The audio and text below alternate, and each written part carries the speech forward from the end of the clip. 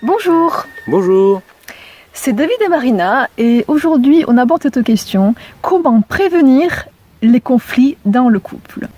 Mais avant tout, n'hésitez pas à télécharger mon guide gratuit qui se trouve en bas de cette vidéo, le guide de survie du couple. N'hésitez pas également à vous abonner pour ne rien manquer de nos prochaines aventures. Alors, comment prévenir les conflits dans le couple? Parce qu'il faut le dire, un couple sans conflit, ça n'existe pas, ou alors très rarement. Mais comment les prévenir? Parce qu'en fait, les prévenir est la meilleure chose à faire avant qu'un conflit se déclare et de savoir comment le gérer, c'est encore mieux de pouvoir les éviter.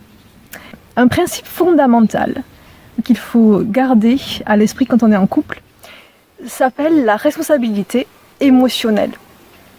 Alors c'est un grand mot, mais en fait le principe, vous allez voir, est tout simple. Être responsable de ses émotions permet en fait de ne pas les décharger, de ne pas les faire subir à son conjoint. Par exemple, quand on rentre du travail, qu'on est fatigué, stressé de la journée qu'on a eue, et c'est le cas souvent. Hier soir d'ailleurs c'était notre cas tous les deux.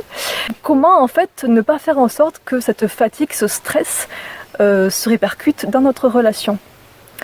C'est en fait important d'être responsable de ses émotions et de ne pas les faire subir à son conjoint parce que ça va déclarer une petite guerre ou du moins des tensions.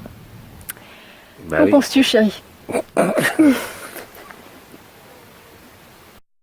Oui, en fait, c'est ça le principe de responsabilité émotionnelle, c'est-à-dire que chacun est responsable de ses émotions propres.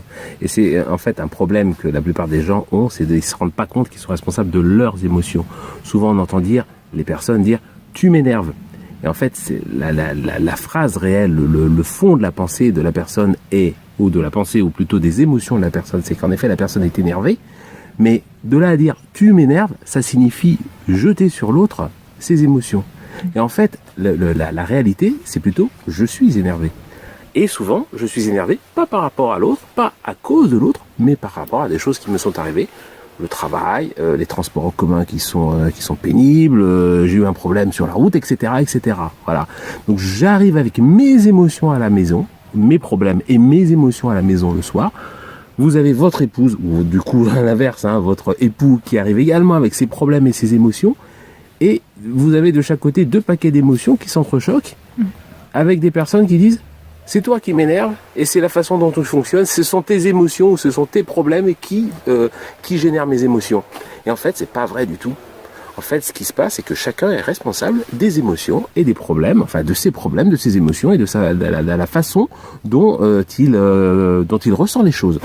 Et je crois qu'avoir ça à l'esprit, c'est d'une importance capitale. Pourquoi ? Parce qu'on arrive énervé, et un mot de l'autre, en effet, peut amener à une dispute. Pourquoi ? Parce que on oublie ce principe fondamental, c'est qu'on est arrivé déjà stressé, déjà énervé, et que donc son stress, son émotion négative, sa colère, normalement, elle devrait être personnelle.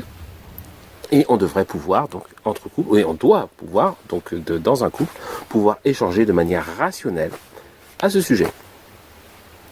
Tout à fait. Et en plus, parfois, c'est pas vraiment qu'on dit à son conjoint qu'il nous énerve ou un mot qui n'est pas, qui peut être blessant, mais c'est dans notre façon de parler, notre attitude, qu'on va montrer à notre conjoint que on est fatigué, on n'a pas envie de parler, ou alors on est de mauvaise humeur.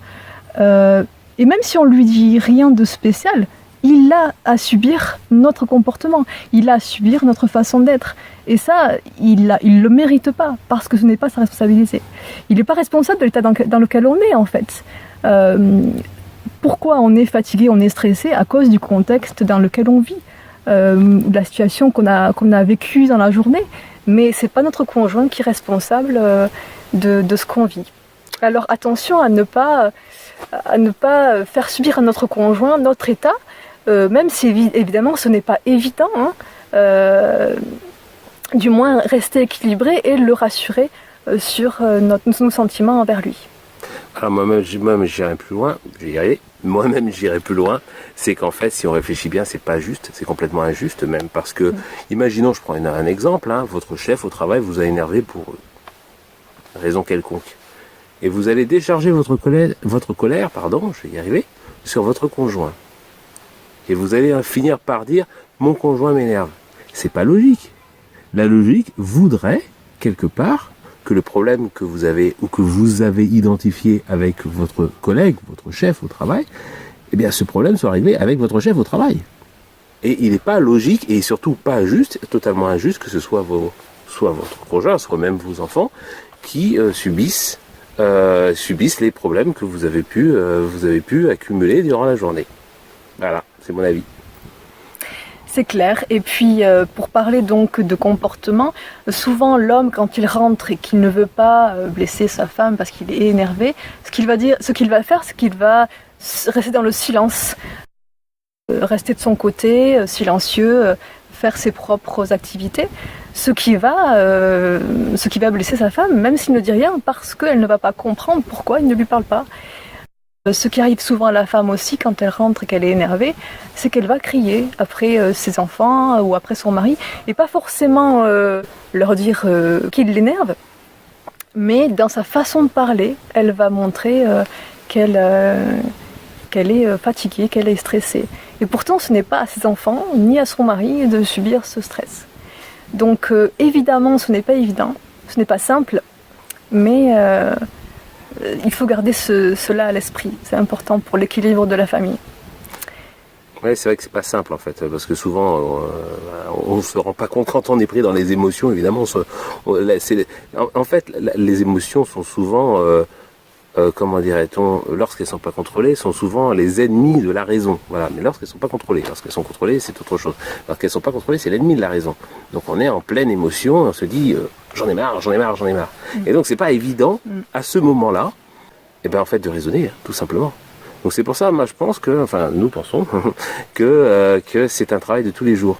Oui, il s'agit d'un travail de tous les jours, ou même c'est un début de travail de tous les jours. Pourquoi ? Parce qu'au début, on va se dire, voilà, allez, c'est bon, aujourd'hui j'ai compris le principe, je vais le mettre en pratique, et à partir d'aujourd'hui, il n'y aura pas de souci.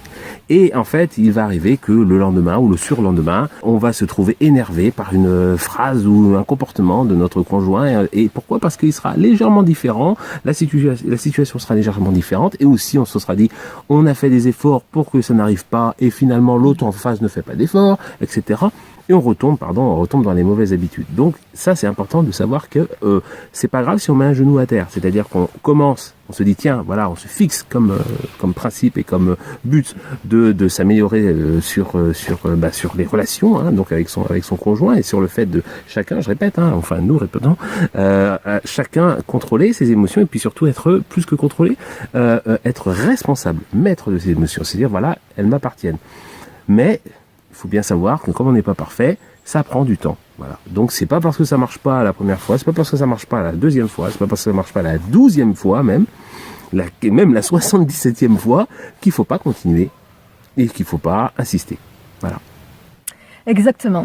Et comme donc disait David, on n'est pas parfait et parfois ça va déraper, et parfois il y aura quand même des conflits, et c'est normal. Il faut pas trop non plus en faire tout un plat, mais dans la mesure du possible, si on essaye, si on prend l'habitude d'être responsable de ses émotions, qu'on prend l'habitude de les assumer, mais ne pas les faire subir aux autres, ça viendra petit à petit et ça s'améliorera. Il y a aussi une clé qui est importante avant de se dire « je suis responsable de mes émotions », c'est de les accepter soi-même. C'est-à-dire, on rentre du travail, on se dit « ok, je me sens stressée, je me sens énervée, j'en prends conscience. Ok, je les accepte. Je vais essayer de faire du mieux possible, de faire de mon mieux pour que ça se passe bien dans mon couple. » Voilà. Donc il y aura d'autres vidéos qui viendront compléter celle-ci. Mais là, on a décidé de faire une vidéo un peu plus longue parce qu'il y a certains d'entre vous qui ont dit ah c'est bien, mais c'est très succinct ce que vous faisiez. Donc voilà, on a décidé maintenant de faire des vidéos un peu plus longues justement pour expliquer. Et en effet, donc comme disait Marina, oui, être conscient de ses émotions. Et je donne juste un petit truc, puisqu'on fera des vidéos à ce sujet bien plus longues. Mais être conscient de ses émotions, ça signifie les accepter, comme l'a dit Marina, mais aussi savoir les communiquer à l'autre.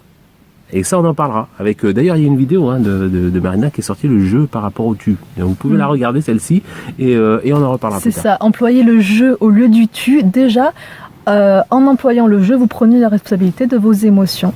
Donc c'est aussi une manière de communiquer qui est importante. Mais on verra ça dans d'autres vidéos. Donc, pour résumer cette vidéo, comment prévenir les conflits dans le couple? 3 points importants.